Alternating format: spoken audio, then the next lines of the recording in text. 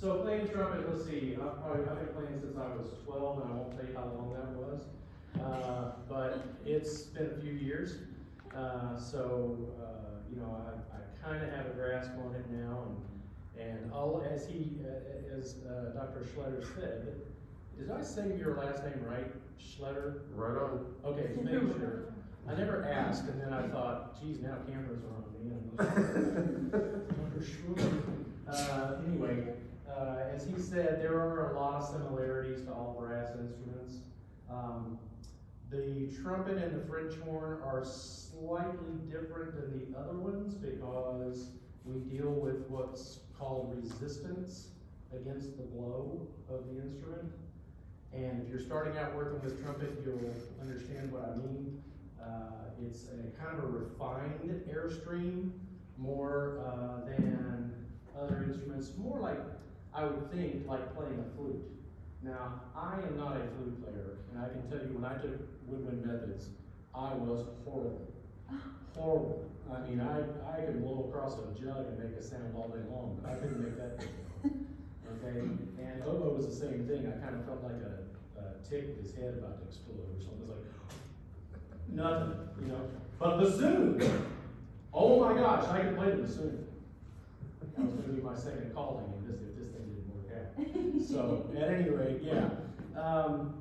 But if you think about blowing across the whole of a flute, what happens there is you get a standing wave of sound, but you don't buzz your lips or anything like that, okay? You get the standing wave because of the resistance on the other side of the hole. And again, just like blowing across a bottle or a jug, you know, you get a thing like that. So that's kind of what it's like playing trumpet. Now, I'm going to step back before I get into that part too much and say that with beginners, absolutely you want to buzz the mouthpiece. Okay? Absolutely you want to buzz the mouthpiece because that's kind of what gets them going. All right? So when you are buzzing the mouthpiece, there's several little tricks that work pretty well. One of them is to, when they get it going, okay, so it doesn't matter what the sound is at the beginning, just that they get something going, okay? And that you can, especially with younger ones, you can kind of play games with them. Okay, first of all, is that a dying cow or is it a bee? I like to think about like a small hive of bees, okay? That's the kind of sound you want to get them to get, all right? And again, right offhand, if it's or whatever, okay? Duck calls, whatever, it's fine. Just get them going, all right? Because that's the basis for the way everything else works. Once you can get that going, I would spend a little bit of time actually doing some ear training / buzzing on the mouthpiece. Have them buzz a little bit of a scale, okay? And again, you don't have to tell them it's a scale, because at the very beginning, they're probably not even going to know if it's a scale unless they took piano or something, okay? But you can just have them go, okay? And you can do it first. The other thing I highly recommend, with beginners especially, is that you model for them, okay? Monkey see, monkey do. I can give somebody 20 books without any illustrations about how to throw a baseball. And somebody may or may not know at the end of those 20 books how to throw a baseball. But if I take them to a ballpark one time and they see a pitcher do this, they go, oh, that. Okay, well that's cool. Yeah, I can do that. So then you take them out and it's probably going to sound like, okay, it might be really bad. But it doesn't matter, okay? It doesn't matter at the beginning, okay? Get them going. Spend a little time on the mouthpiece. What you're doing automatically is you're instilling how to get the standing wave going, but you're also instilling how to get them to breathe and how to get them to blow the airstream. You don't have to tell them a single thing about that. In fact, it's probably best if you don't. The less information for somebody who's a beginner, the better, okay? You just go, do that, and they do that, and you go, hey! Or in Greece, they'd say, Opa! You know? So, figure out your ways to make it fun. That's one of the other keys, too. When you got beginners, make it fun, okay? Now, before I get into more of the mechanics of the trumpet specifically, I'd like to say this. I think it's a great travesty in our music education system that we dive right into looking at pieces of paper. Let me say that again. I think it's a great travesty that we jump right in to learning to look at pieces of paper and associate what happens with the instrument with what a piece of paper says. If it were me, I would spend, and this is probably with every instrument if you have a full band, I would spend several weeks to maybe even months just doing call and response ear training things. Having them learn fingerings, of course, because they have to know how to get around the different parts of the instrument, okay? But have them first use their ears. One of the biggest frustrations I have as a college educator is getting people out of high school that only know fingerings. They could not tell you when they push down first and second valve what the notes are that they're getting. But when they see it on a piece of paper, they go, oh, it's this. No, it's not that. That's just routing the pipes to get to the right spot. With those two down, I can play a low A, an E, an A, a C sharp, an E, a G inharmonically, an A, another C sharp, and beyond there it goes into basically whole steps because all the partials come closer together as we go up in the upper tessitura. Okay? But, yeah, spend some time actually, what does a C sound like? What does this sound like? What does this sound like? Then associate the fingerings with that and say, yes, the sound is this, but here's how you get it. Okay?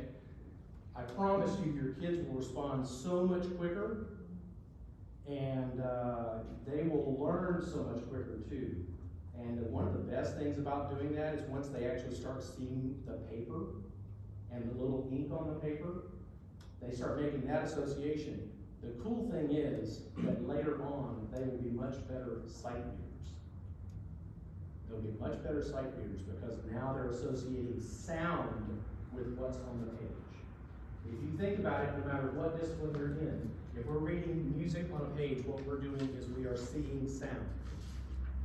And if you don't have the ability to see sound, you really have to work on it. Thus, oral skills class. Okay? It's not just about the theory part, it's about being able to hear what you see. Okay? So now I'm going to get off of college educator in general soapbox and talk more specifically about the trumpet, but that's just a couple of my thoughts, particularly about education and about how to keep kids involved. You know, make it fun, make it silly at times, you know. Then when it comes time to really do it, your kids are really going to take play. Okay? So let's talk a little bit specifically about the trumpet. Have you guys studied the parts of the brass instrument yet? Basically? Okay. So basically the three parts are the mouthpiece, the tubing, and the bell. Okay? You can make all of this out of a garden hose and a funnel. You really can. I've done elementary school clinics with that. Put a mouthpiece in, use duct tape or whatever, tie it to the garden hose, okay? Put just a garden variety funnel out the other end, hold it up in the air, and you've got basically a French horn. Anyway, it's either that or you use them as spittoons. I haven't figured out which, but anyway, I'm just kidding. But in essence, that's the three parts of the brass instrument, okay? So you can literally make it out of anything. It doesn't have to be metal. You can melt this down to cardboard if you want. But yeah, you can do that with anything. So going back to the very beginning where I was talking about the French horn and the trumpet being slightly different beasts, okay? From the trombone on down, for the large part, because of the lack of resistance in those instruments, you actually have to physically make that happen, okay? And after a while, you don't even think about it while you're doing it. That's where your embouchure forms. You know, it's all right there. You figure out how to make the buzz, and we're good, okay? The way I learned how to play trumpet is slightly different than that.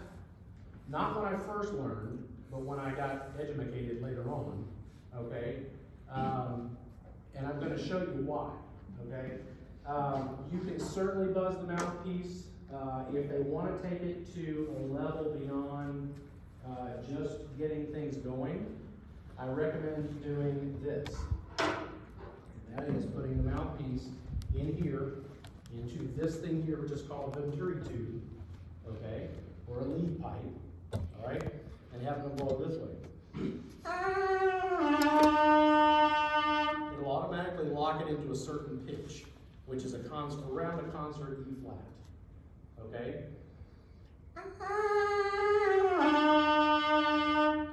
Doesn't matter what pitch they're doing beforehand, the lead pipe's going to lock them into a certain place. Okay? Now, I told you that because that's an easy way to get them to transfer from the buzzing the mouthpiece to playing the horn. If you think about this as being a very small trumpet, we're putting the mouthpiece in, here's the tubing, and here's the bell, okay? Then I'm basically getting more of the actual feel of what it's like to play the trumpet, rather than just this. If I'm buzzing the mouthpiece alone, it's kind of a manipulation game, which again, at the beginning is important to get them going, okay? But after that, once they get going a little bit, I personally don't have my kids buzz the mouthpiece anymore, okay? And here's why. Because believe it or not, we don't actually have to buzz the mouthpiece to play the trumpet. Dun, dun, dun! The big reveal, right? You guys are like, oh, wait a minute. You just said to buzz the mouthpiece. Yes, I did for beginners, because you got to get it going. Okay? I'm going to prove to you that you don't have to, though.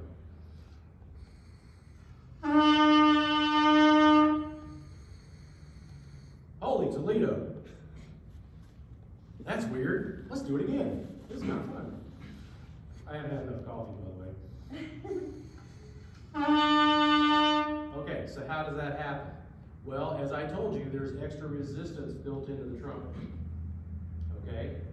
So what happens is, again, like the flute or the jug, when I blow against that resistance, it causes a standing wave. Okay? So eventually what I'm telling you is once you get them more advanced, get away from that and just form the embouchure and just blow air. And when it goes in, okay, it starts to magically happen. What that does in effect is it should create them having a bigger, more robust sound. All right? So now what I'm going to do just to show you, I'm going to do the same thing with the tuning slide in. And if they cannot move their tuning slides, you're going to have kids that are going to have some rather beat up starter instruments, you know, because mom and dad, they say go out and grab an instrument and they grab the one with all the dents, okay? If you can't get the tuning slide out, I'd recommend going to a repair guy and saying, hey, we gotta get this sucker out, okay? Unless you're that one band director in Missouri who decided at one point that he wanted to make sure his band played in tune. So you had them all warm up and play to a tuner, and then you had all their tuning slides soldered in one place, so that their horns would play in tune. True story. Fortunately, he was shot several years later, but I hope I'm kidding about that. I don't advocate that. So unless there would be. Anyway, back to the trumpet thing. If we do that same thing, and I buzz the mouthpiece putting it in with the tuning slide in.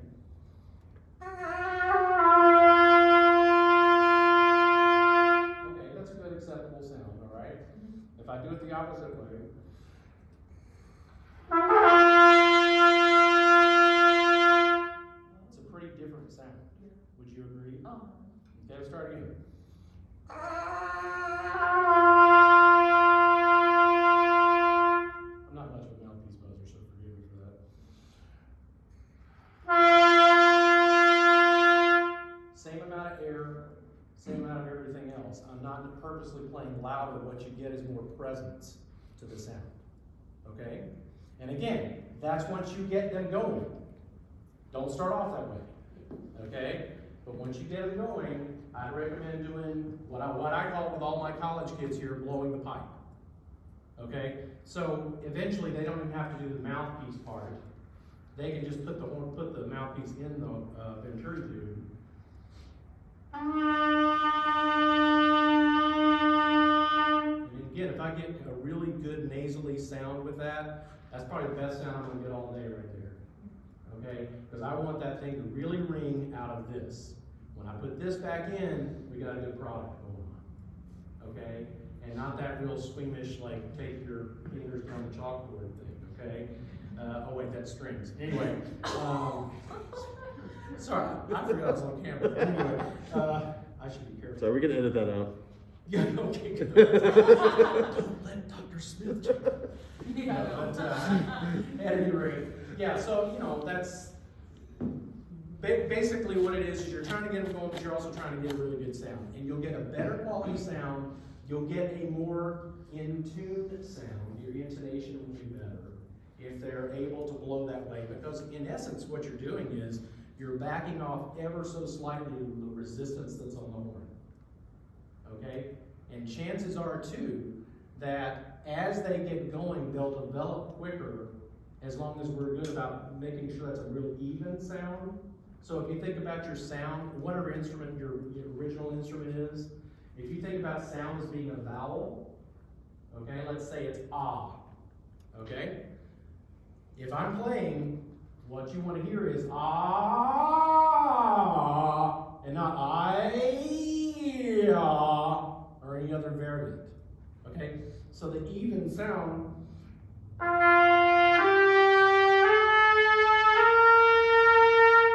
I want to keep that same tone, okay? The vowel is interchangeable with the tone. Make sense? And if you think about it, that's in essence exactly the way the alphabet is formed. There's no letter in the alphabet that doesn't have a vowel with it. A is A-Y, B is B-E, C is C-E, D-E, F is E-F. It's not, because you'd sound pretty goofy if you did that, you know? So, yeah, there's always a vowel there. Well, if you think about it, our vowel is our tone. So that's another tip for helping your guys get going, is pick a certain vowel. Again, ah works just fine. It's kind of a natural thing. And to be honest, it puts several things in the oral cavity in the right spot, okay, for making a good sound, just by saying that. Again, less information is better for them, but you, the teacher, have your little tricks up your sleeve to get them going. And they don't need to know, okay? All right, so that's basically about how to get the sound going. Does everybody understand about how the valves work in a valve instrument? Yeah, so all it's doing is channeling air to different places within the instrument. 18, my teachers would shoot me. I think it was 1820-ish is where Blümel and Stechter came up with the piston valve system, okay? There's great argument between the two as to which came up with it first. They arm wrestled and nobody won, okay? So Blümel and Stetzel both get credit for basically creating the chromatic playing trumpet, okay? Before that, the trumpet itself had a Crook system. In other words, a series of slides that would put you in a particular key, okay? So think about certain symphonies where if there were trumpet players, maybe Haydn's, you know, kind of thing, so they were singing, read the magazine. Cool, another 120 measures. Because they couldn't play chromatically, okay? They were the fanfare thing instruments at the end of a cadence, you know, and they kind of made things sound kind of good. Eventually, when we got chromaticism, that radically changed the instrument. There are two concerti that were kind of the big deals of the day when this instrument came around, when the valves came around. The Haydn Concerto and the Hummel Concerto, okay? In there, in both of them in various spots, but it's like,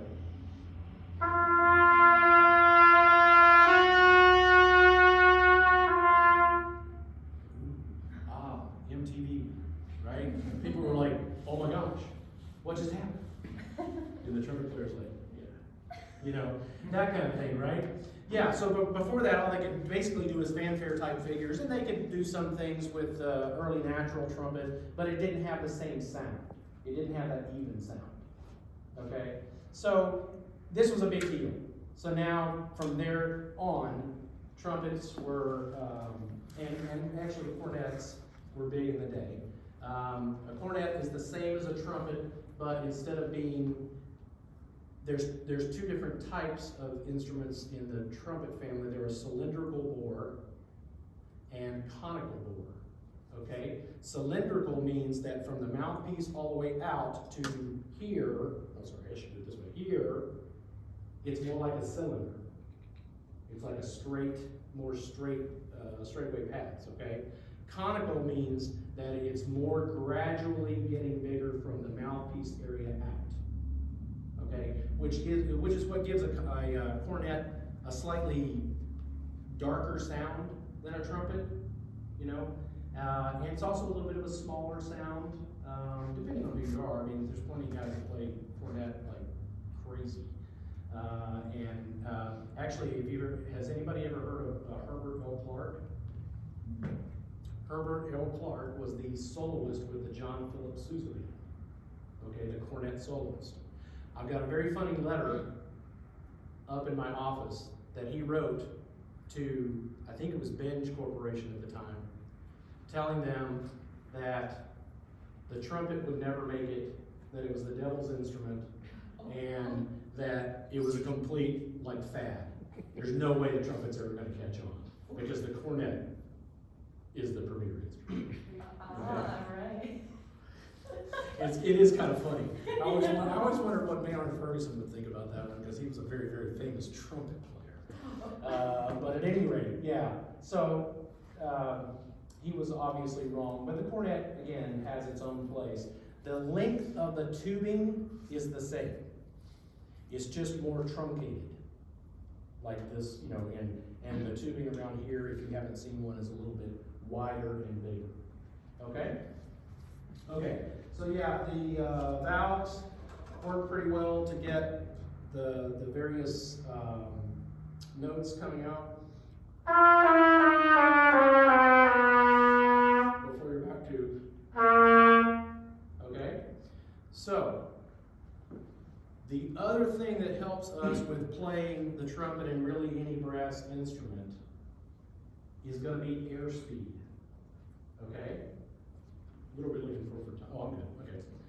You guys don't need to we got to 850 or something? Yep. Okay, so we'll go to 851 then.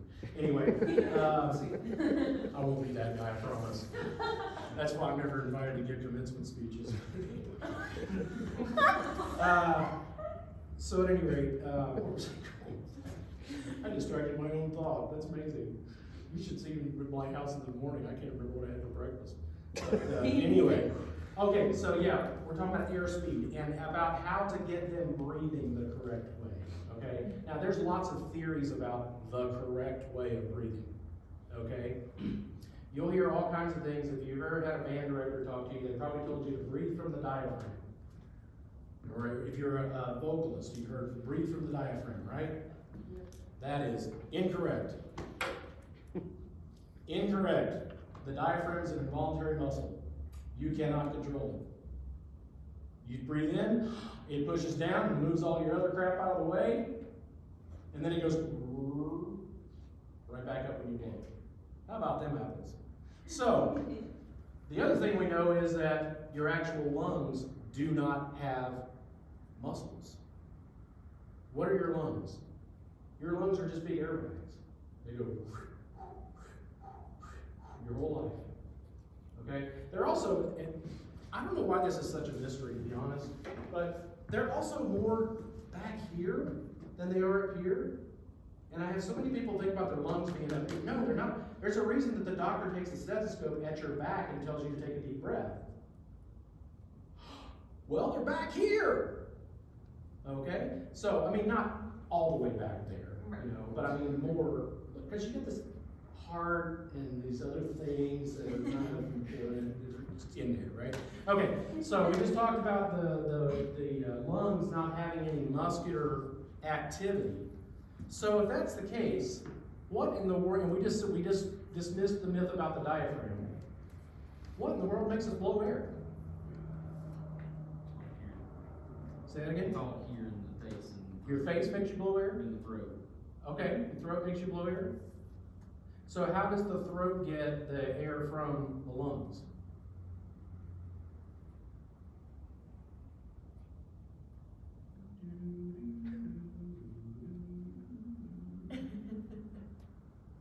Okay, I'm gonna tell you a secret.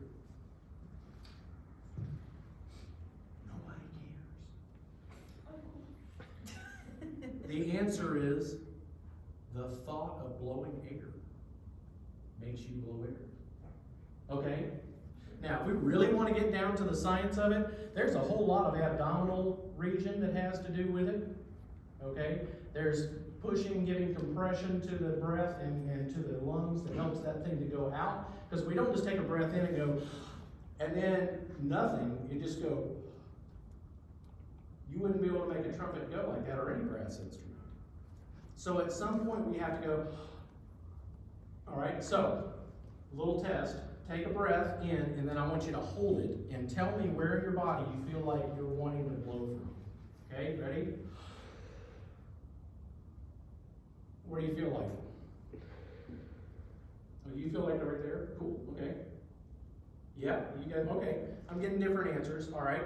So now, think about a yawn, okay? If you take a nice big deep yawn, okay, and don't anybody yawn as a result of me yawning, because I have a student that did that all the time.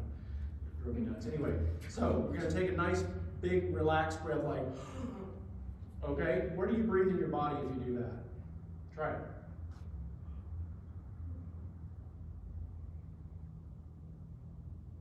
There's not like really wrong answers. You can say something. What do you think? Oh, gee, he did yawn. Oh my gosh, I'm putting him back to sleep. I kind of felt it more towards my back. Okay. Yeah. Anybody else have a similar or different place? I felt mine in my chest personally. In your chest? Okay, good. My yawns always feel like all the way up into my navel cavity. Do you hang upside down a lot? No. I'm just kidding. I only said that because I know Wesley. He's a good guy. But anyway. No, so what I'm saying is, generally if I do that, and I've got a pretty good example going on here, so I can show you, okay? I'm going to embarrass myself, and oh my gosh, I am still on camera. But anyway, that's all right. So, when I take a breath like that, I yawn and go, holy Toledo, that thing pushes right out like I had a few meals. Okay? Lower in the body. Okay? We understand that our lungs only go down to about the bottom of our rib cage. Okay? They attach it here. But when we play a brass instrument, I think it's advisable to think of your lungs as being extended down to like your navel or your belt line. Okay? So, and if you breathe that way, if you take a real low breath of your body that way, do that and then tell me where you want to blow from. Okay? Do it.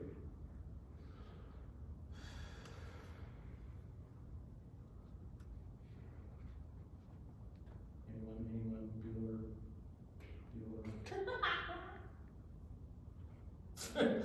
Okay, apparently you guys don't breathe a whole lot. So, all right, so yeah, if you breathe down here, my opinion is, automatically the sensation is to blow from down here, right? And that's kind of what we want. We want to be able to do it lower in the body. The reason is, if we breathe up high, okay, we breathe up high, we're going to have a tendency to get a more tense sound because of what's called isometric tension. I take that breath up high, and I blow from up high, Isometrics is muscle against muscle. That's basically what you got going on, okay? If I breathe lower than that, then what I do is I kind of bypass this part, and it's a little bit more like, does everybody know what a bellows is for a fire? One of those things that you take out like this, and you blow, and you make the fire bigger. Oh, yeah, Okay. yeah. So think about your body as being that. And if you blow from down here, the air just comes out without this thing, all right? So now it's a little demonstration, and I did not warm up, so I apologize for the front row if there's any extra shrapnel that may come past your head. Okay, I'll turn this way. I don't want to hurt anybody. Okay, so if I'm going to play breathing high in my body and blowing from my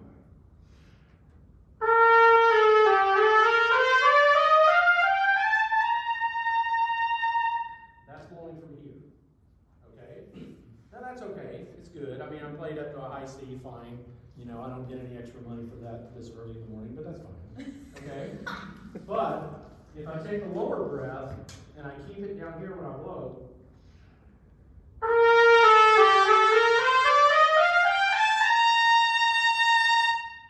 totally different problem. Oh, yeah. Totally different.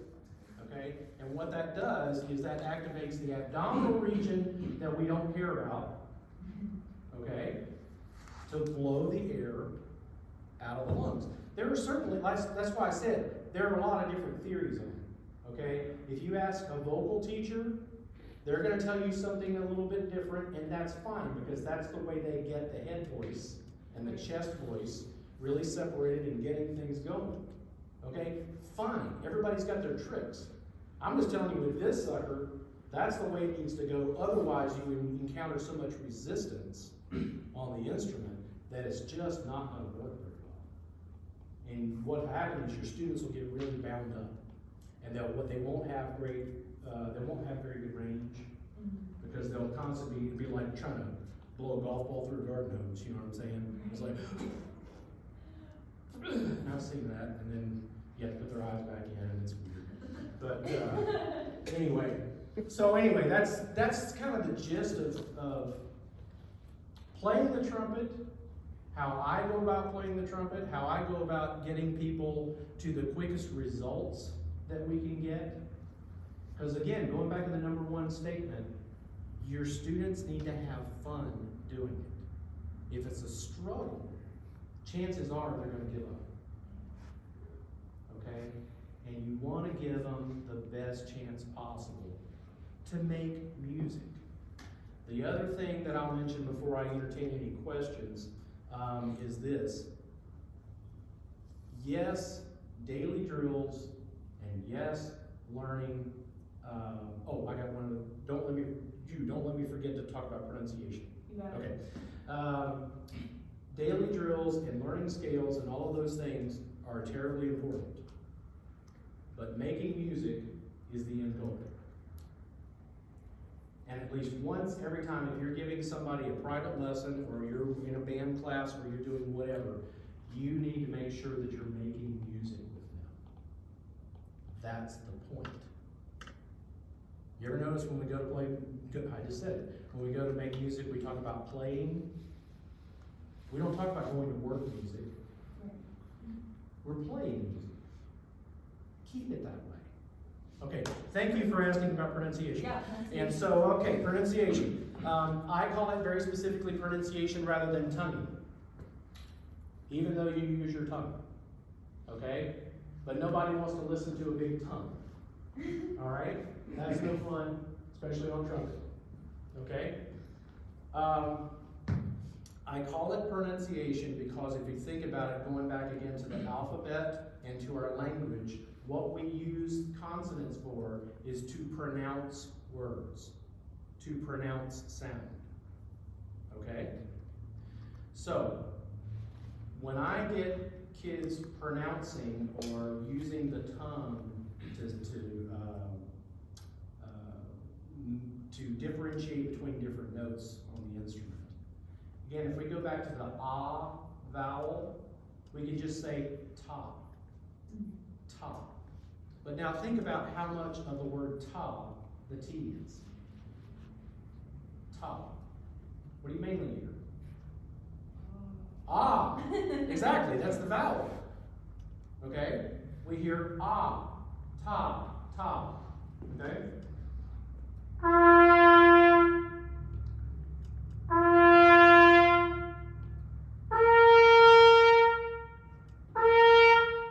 So all I'm doing is I'm saying ta, but the ta, the T, the tongue gets in there and gets out of there pretty quickly. Okay? We don't spend a lot of time having the tongue kind of dwell. Where I typically tongue, at least for trumpet, is the back of your top teeth. Okay? Ta. If you say it, ta, that's probably about where you're going to pronounce it anyway. Is everybody in agreement with that? Oh, yeah. Okay? So, ta, it's a very simple process. It's just ta. But, because of that, if you get them started on some little scales, or whatever, even like a half octave scale, what I would do is this. When you're working on pronunciation, I would work on slurring the notes as well. Okay, so.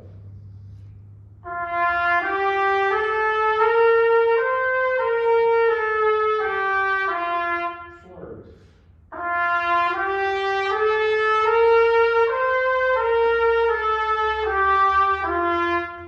Tongue, pronounced obviously, right? Okay, I want to try to get the tongue in and out of there as quickly as I can so that the ah remains. Here's the biggest thing I hear out of most, especially high school kids.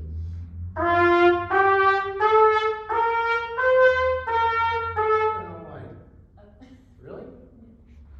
So, to me, that's more like playing tennis.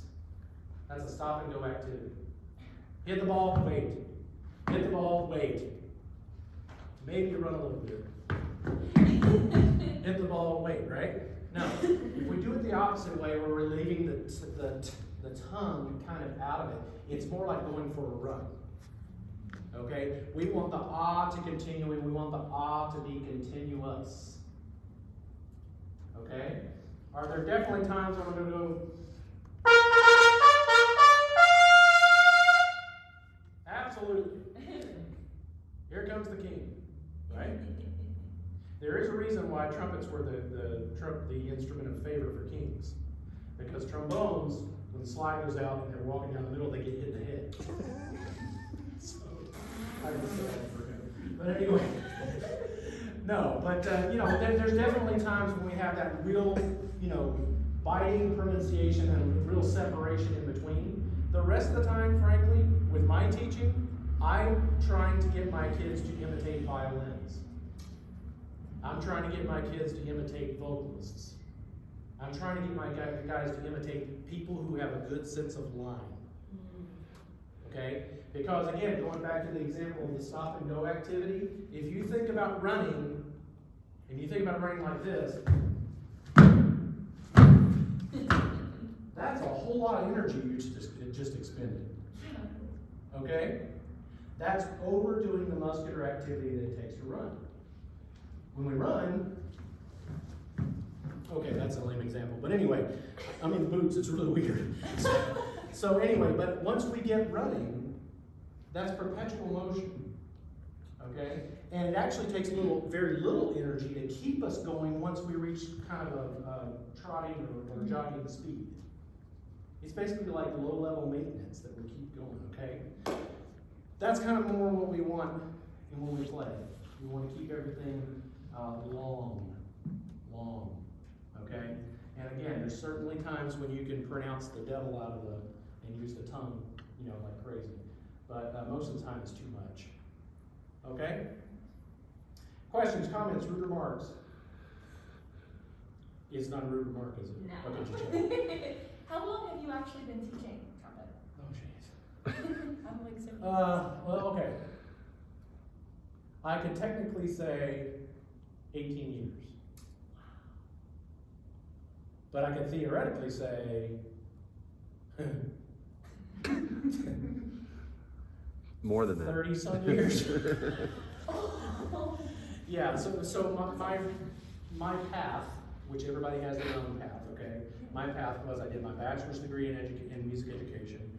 I did my master's degree as a split concentration between education and performance. Then I got into the Air Force Band for 8 years, and I toured all over. And then I got out and went back to school, did my doctorate at the University of Oklahoma, and then, yeah, right. And the year, or actually, you're required in your doctorate thing to do 1 year residency, is what they call it. You gotta be in town kind of thing. Yeah. Okay, most schools are like that. And then after that, at the end of that year, this job came open.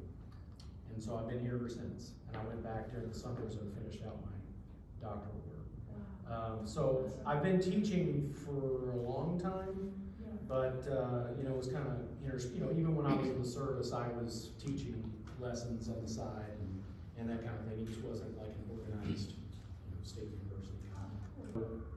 You know, that's probably what we're like right at time, but I will say this, one of the other things, and speaking of recordings, one of the best things you can do, again, but aside from playing for your students and modeling, is turn them on to great recordings and say, go do that. Go find a sound that you like, okay? Chet Baker, I loved what he did as a jazz musician, I hated his sound. If I wanted my kids to sound like furballs, then I'd say, go listen to Chet Baker. Okay? I'm just telling you honestly. Arturo Sandoval, I really respect what he can do. I'm not nuts about his sound. But I'm very particular. And I turn my guys to certain things that I think will be healthy for them. Now, if you can play up an extra octave and a half like Arturo, nobody's gonna care. He's making his money. Okay? He's doing his thing. And he's a remarkable story as well, especially the whole defecting from Cuba stuff. And there's a movie with Antonio Garza, and I think it's just called Sandoval, but it's about his life. So yeah, you can check it out. I think they give them out for free at bookstores too. But anyway, okay, that's all I got, and I think that's all the time. And hopefully I kept you awake. Good luck with this class. I think you'll have a great time learning. And, you know, regardless, remember that we're playing music. Have a good time, you know? Thank you.